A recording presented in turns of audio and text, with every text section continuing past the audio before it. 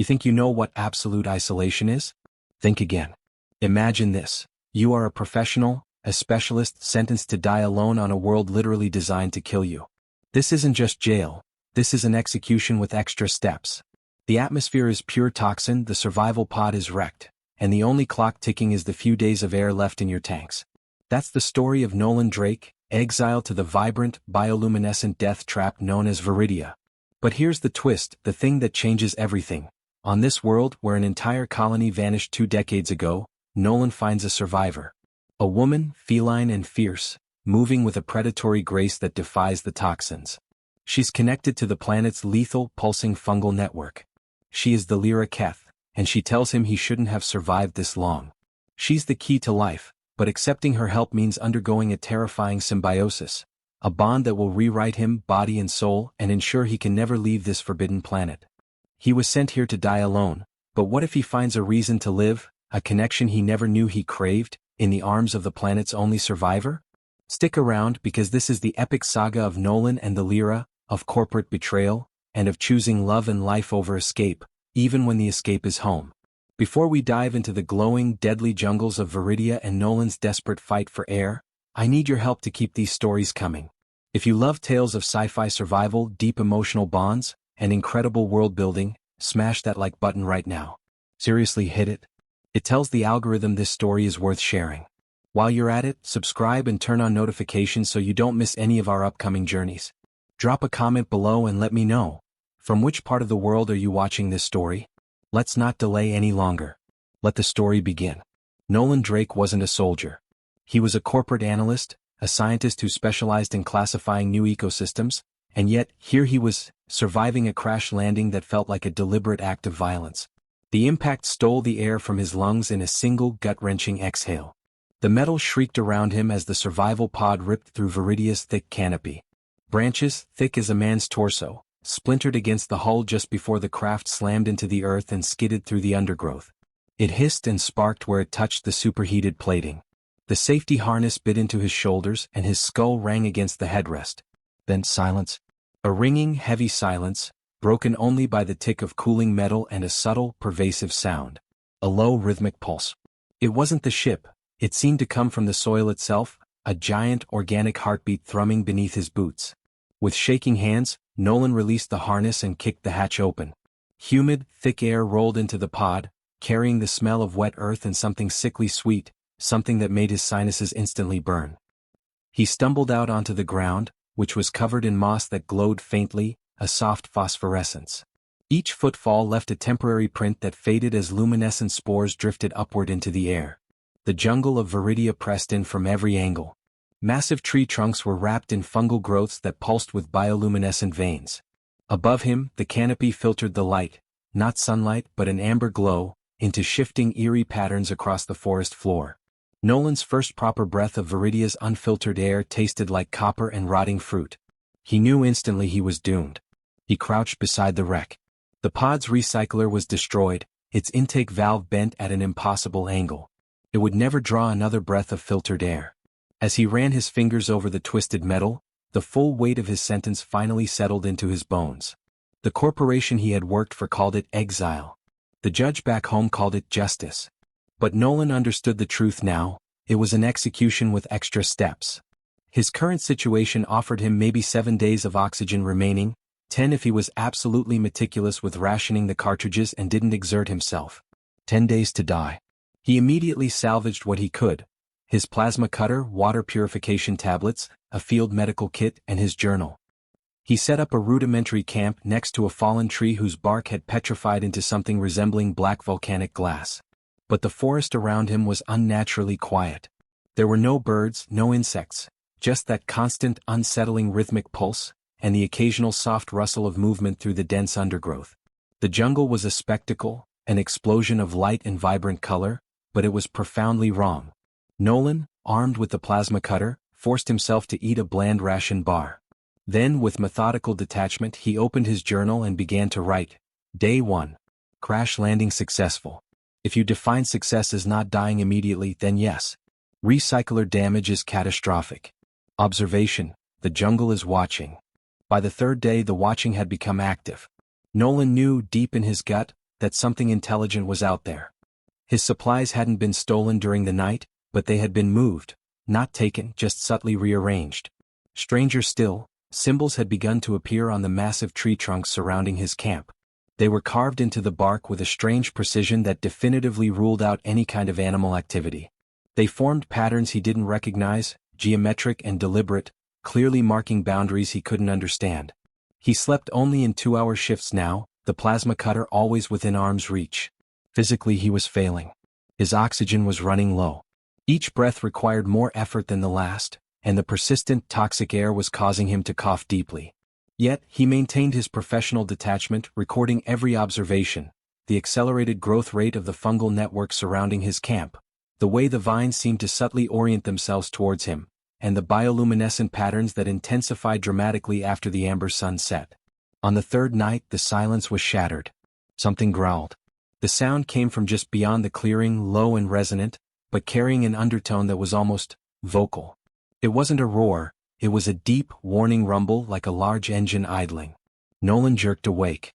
The plasma cutter ignited in his hand with a sharp hum that sounded far too loud in the darkness.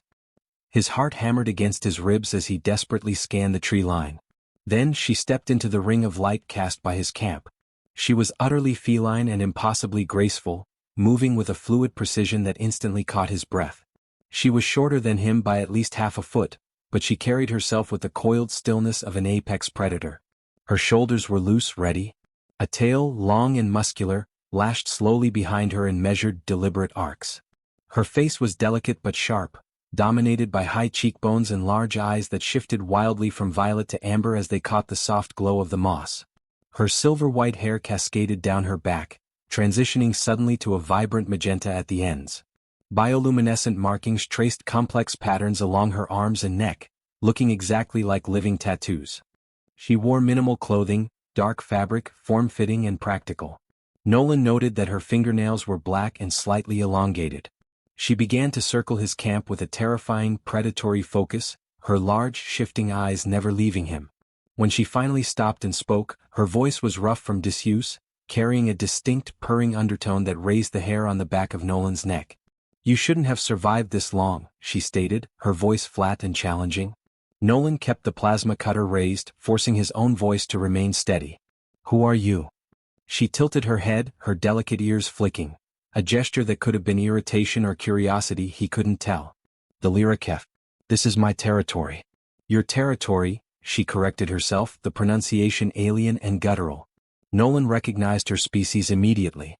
The feline features, the impossible grace, the Falari. "You're Falari. The colony fell 20 years ago. Everyone died," he stated, the words coming out as a fact, not a question. A strange, raw expression, pure trauma, shuddered across her delicate features, but she locked it down instantly. "Not everyone," she replied. Nolan lowered the plasma cutter fractionally. A survivor. That meant she had somehow found a way to counteract the atmospheric toxins. But the glowing markings, the way she moved as if she owned the jungle, that was not normal. This wasn't just survival, it was evolution. "How are you still alive?" he asked, the question fueled by desperate scientific curiosity. The Lyraketha's eyes narrowed and she took a menacing step closer.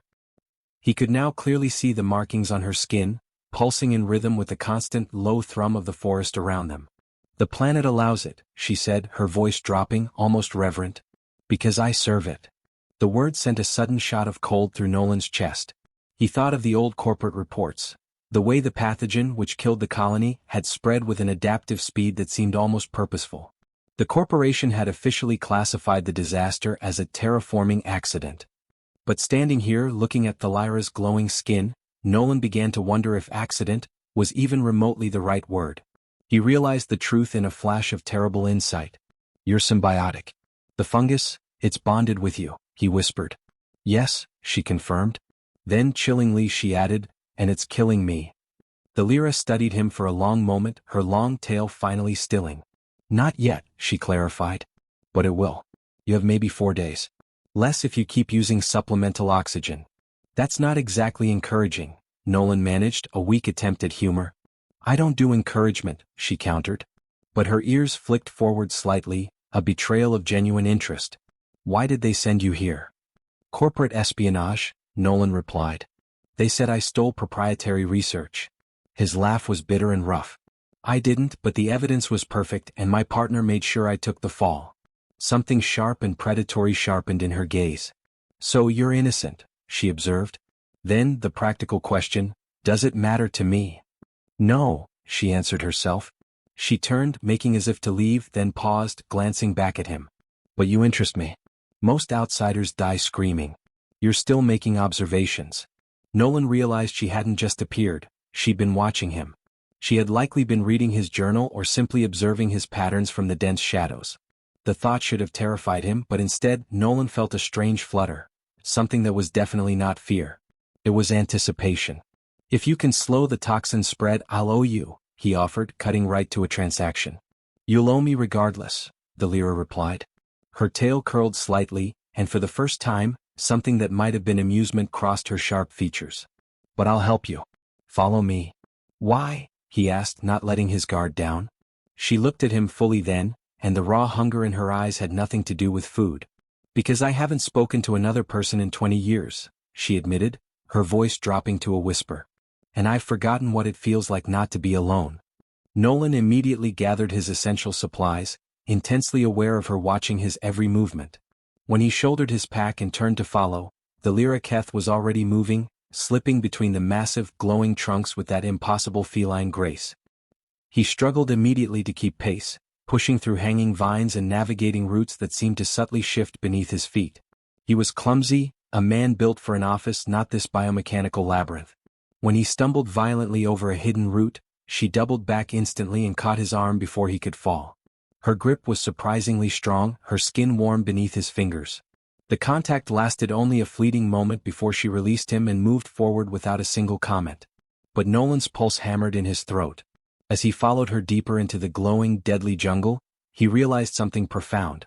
Survival might be far more complicated than simply managing to stay alive. The Lyra Keth led Nolan Drake to a hidden grove, a central nexus where the fungal network grew densest. It was a breathtaking, terrifying place, surrounded by immense trees whose trunks glowed vibrantly from within. The air here wasn't just humid, it was thick with spores that drifted like snow.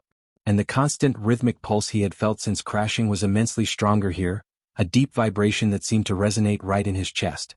She gestured for him to sit on a fallen log covered in the warm, phosphorescent moss. Breathe slowly, she instructed, crouching in front of him. Match the rhythm. Don't fight it. Nolan inhaled carefully, and the sheer volume of spores that filled his lungs brought with it a searing, burning sensation that made him cough violently. The Lyra's hand immediately pressed against his chest, firm and grounding. Again. Slower, she commanded. He tried again, forcing himself to relax despite every primal instinct screaming that he was deliberately letting the very thing that had killed an entire colony into his body. But the Lyra's voice was steady, her intense eyes locked onto his, and gradually, the burning eased into something almost bearable.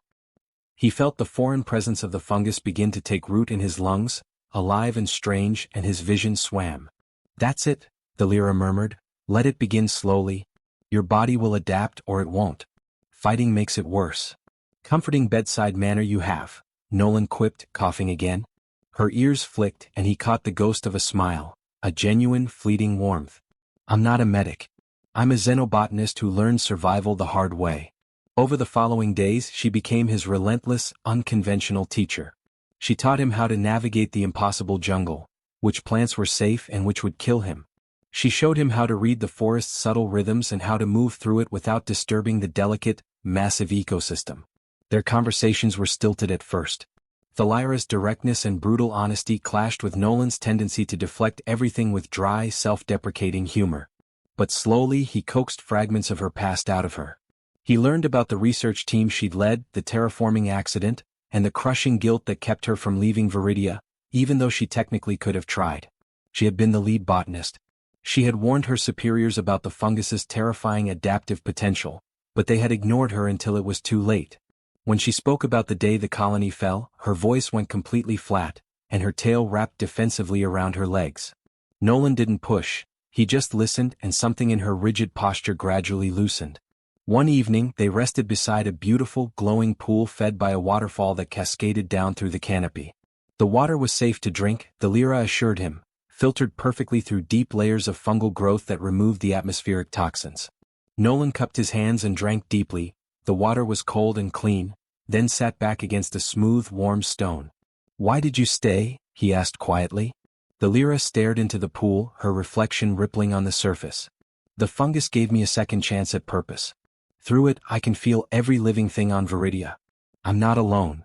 She paused, then added in a voice barely above a whisper, "I thought I was for years.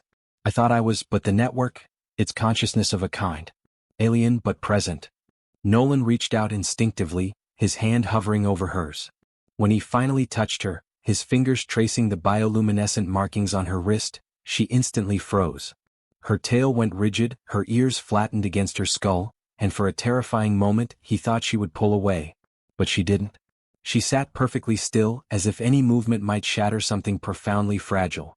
When she finally looked at him, the vulnerability in her eyes was devastating. He realized the weight of her suffering. She hadn't been touched by another person in 2 decades. That immense loneliness crashed over him. His thumb moved in small, slow circles over her wrist, following the pattern of light beneath her skin, and her breathing hitched. Then she pulled back abruptly, rising to her feet with that signature feline grace. "We should keep moving. There's something I need to check." But the tension between them had irrevocably shifted, and Nolan felt it like a static current in the air. Their bond deepened through shared danger. One night, a predator attacked their camp. It was a massive creature with armored plates and blade-like mandibles that moved with horrifying speed. The Lyra fought with brutal efficiency, her movements liquid and fluid, her connection to the fungal network allowing her to anticipate the creature's attacks with unnatural speed. But Nolan refused to hide. He used his plasma cutter, clumsy but determined, to drive the creature back and defend her.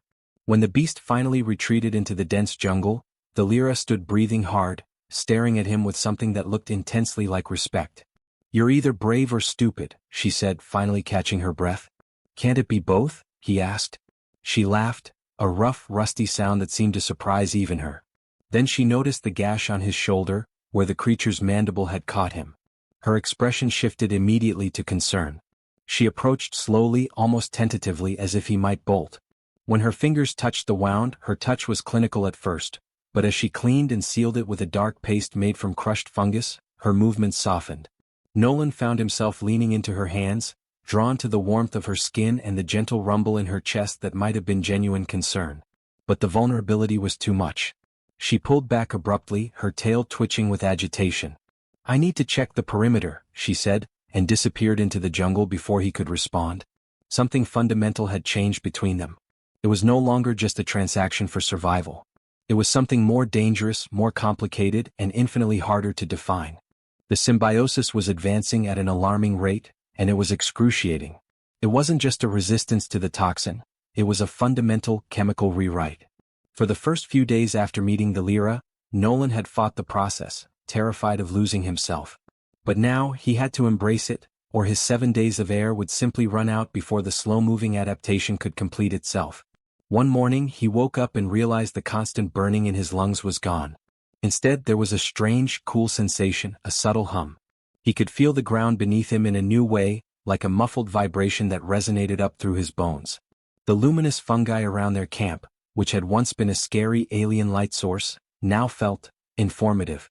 He saw colors he hadn't seen before, subtle shades of cyan and emerald that pulsed with the planet's lifeblood. It was beautiful but also terrifying.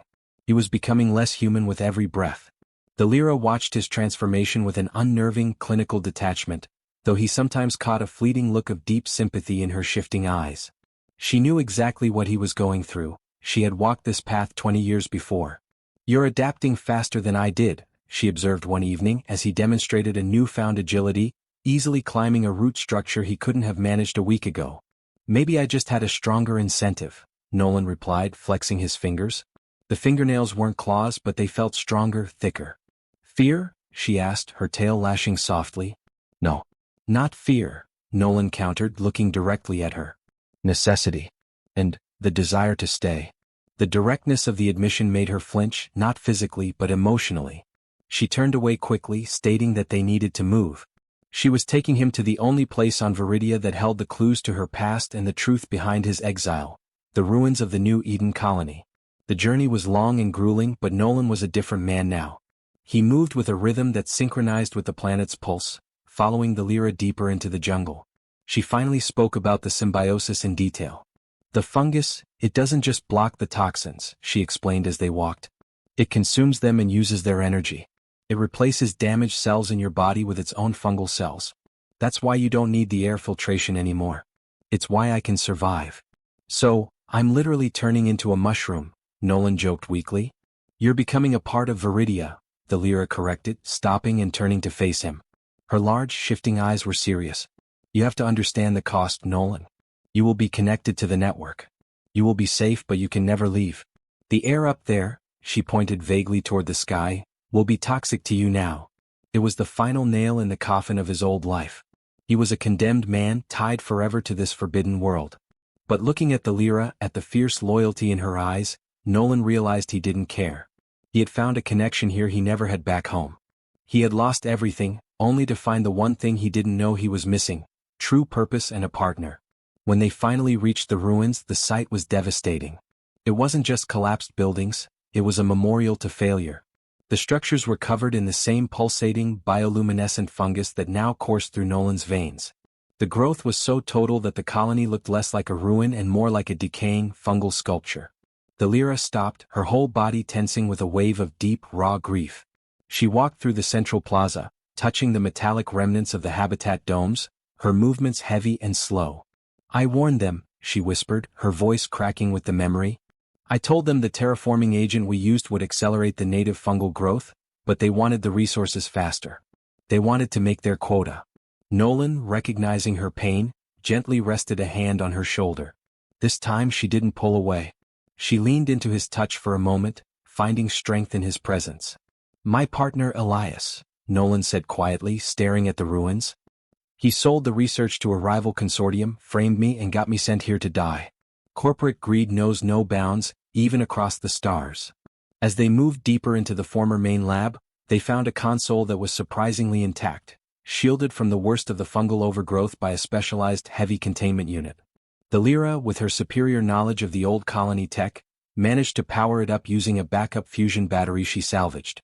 The screen flickered to life, showing archived data logs. The truth they uncovered was chilling and definitive. The accident was a lie. The corporate logs detailed how Elias, Nolan's former partner, had worked with the New Eden Corporation to deliberately introduce a highly adaptive pathogen into the terraforming agent, effectively weaponizing the native fungus to clear the planet of the existing colony, paving the way for a more compliant, second wave of resource extractors. The colony had been sacrificed for profit. This is it, Nolan breathed, scrolling through the damning evidence. My conviction, your loss, it's all linked to one massive evil plan.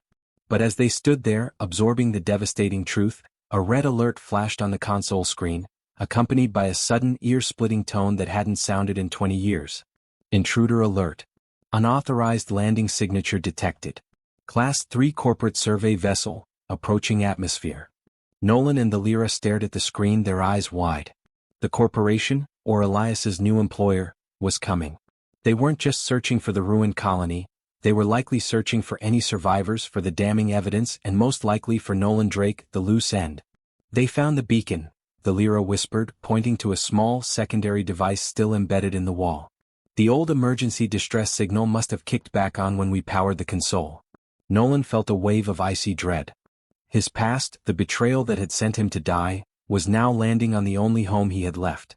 They won't just kill me this time, the Lyra. If they find you, they'll study you, exploit you, and then destroy this whole planet to cover their tracks. The Lyra's stance changed immediately.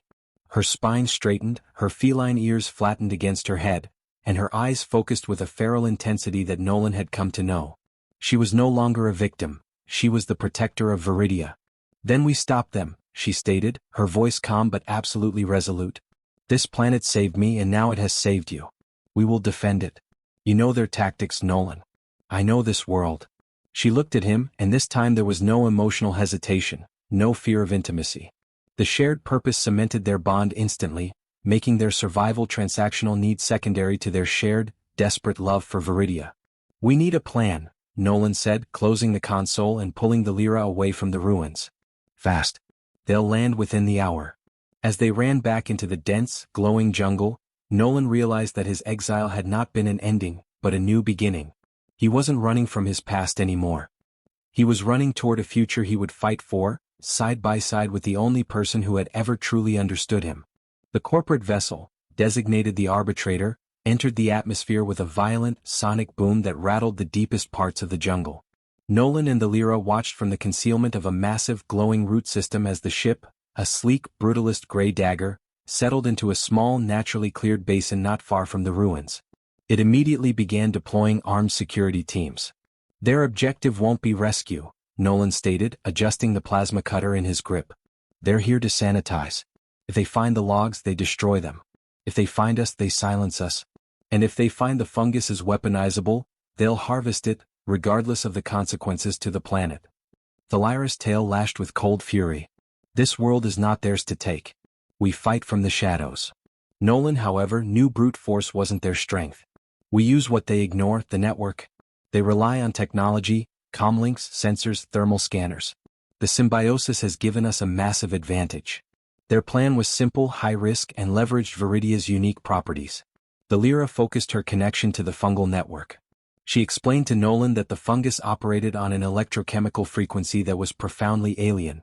If they could harness this frequency in a targeted area, they could create a localized electromagnetic pulse, not powerful enough to fry the whole ship, but enough to cripple the sensors of the landing party.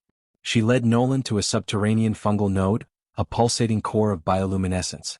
The Lyra pressed her hands deep into the soft, warm mass, and Nolan placed his own hands over hers. The connection was electric, intimate, and profoundly overwhelming.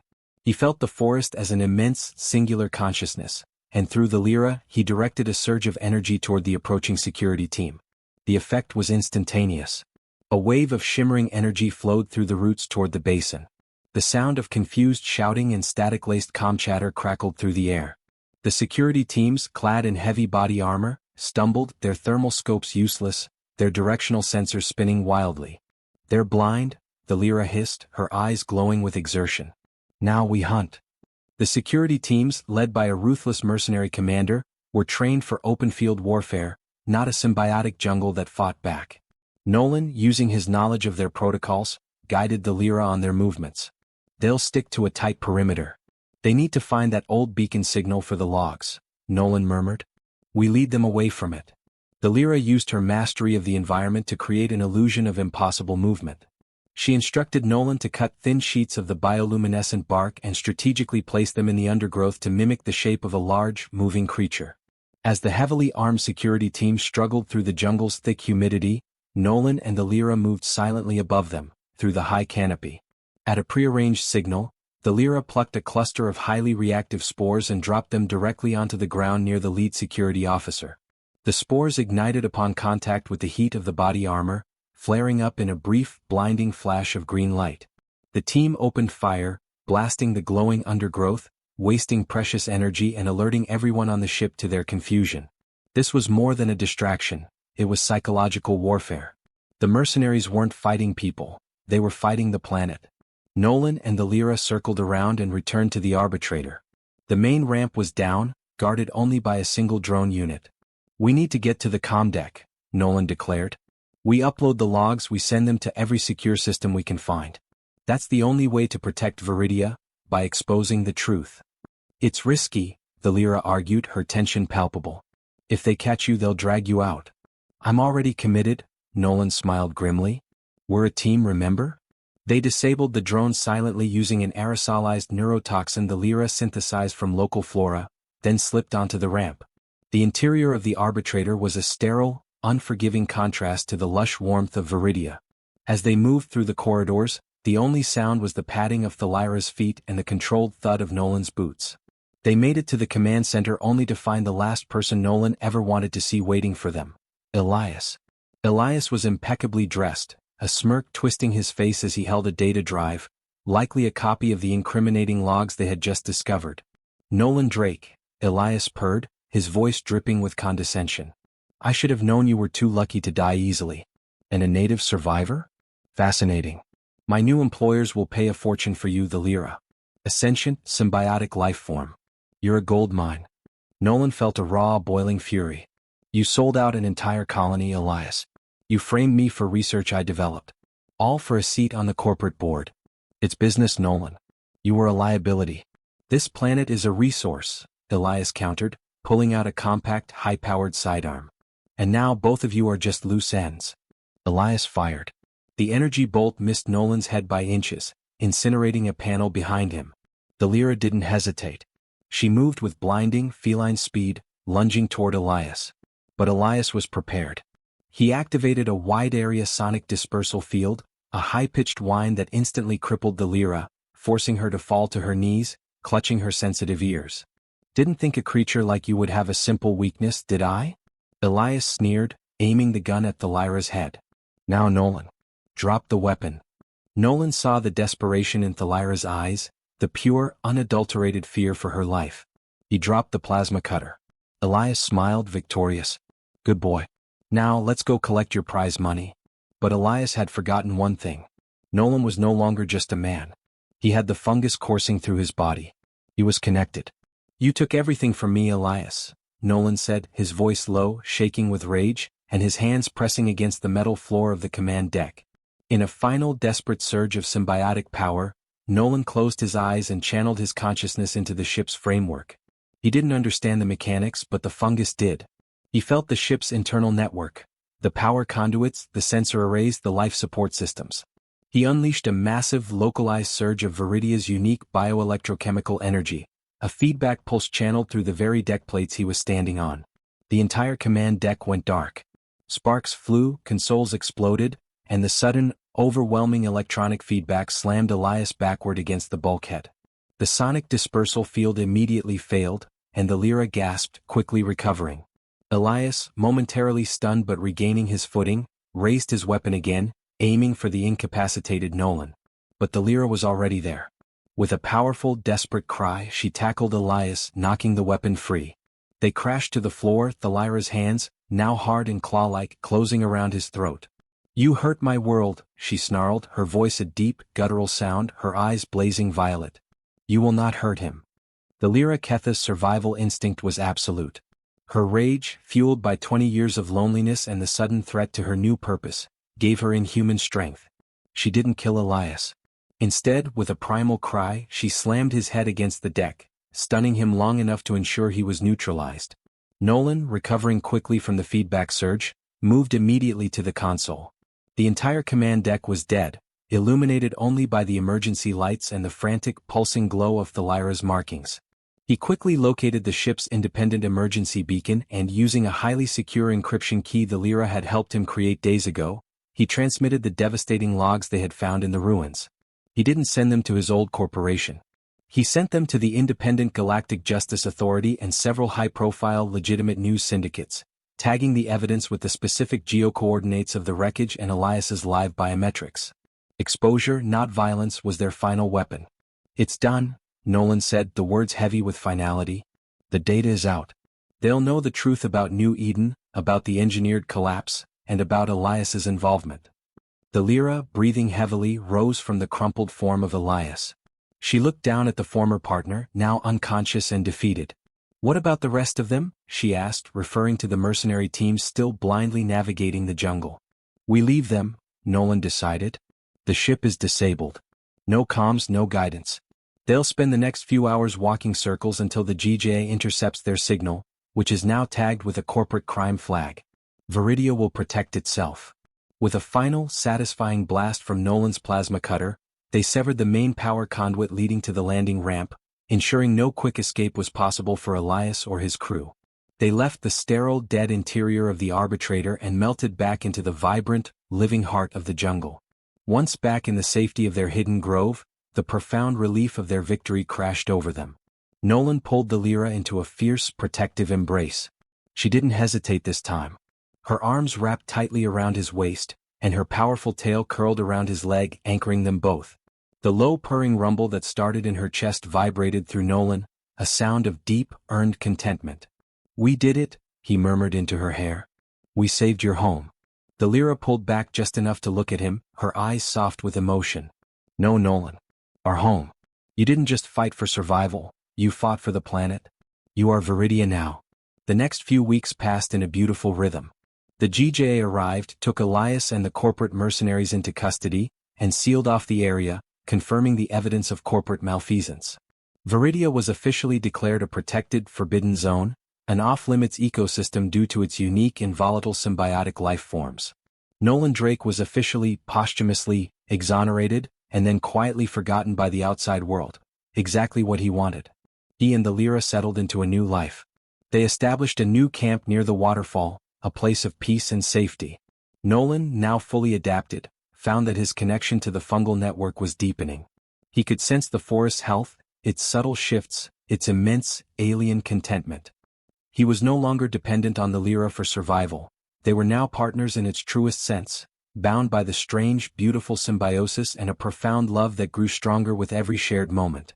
They spent their days documenting the ecosystem, preserving the data, and preparing for the inevitable future when curiosity or greed might try to breach Vidia's defenses again. They had a singular mission: to show any future visitors that Vidia was not a resource to be exploited, but a living world worth protecting. One evening, by the soft amber light of the bioluminescent moss, Nolan made the final entry in his journal. I came to Vidia as a condemned man expecting death. Instead, I found life in ways I never imagined. The symbiosis has changed me. I am no longer fully human, but I am more myself than I have ever been. The Lyra has taught me that survival isn't about escape, but about choosing to stay for something that truly matters. Sometimes, the only way to find yourself is to lose everything you thought you needed. He closed the journal and looked up to find the Lyra watching him from across their camp, her eyes reflecting the jungle's soft, protective glow.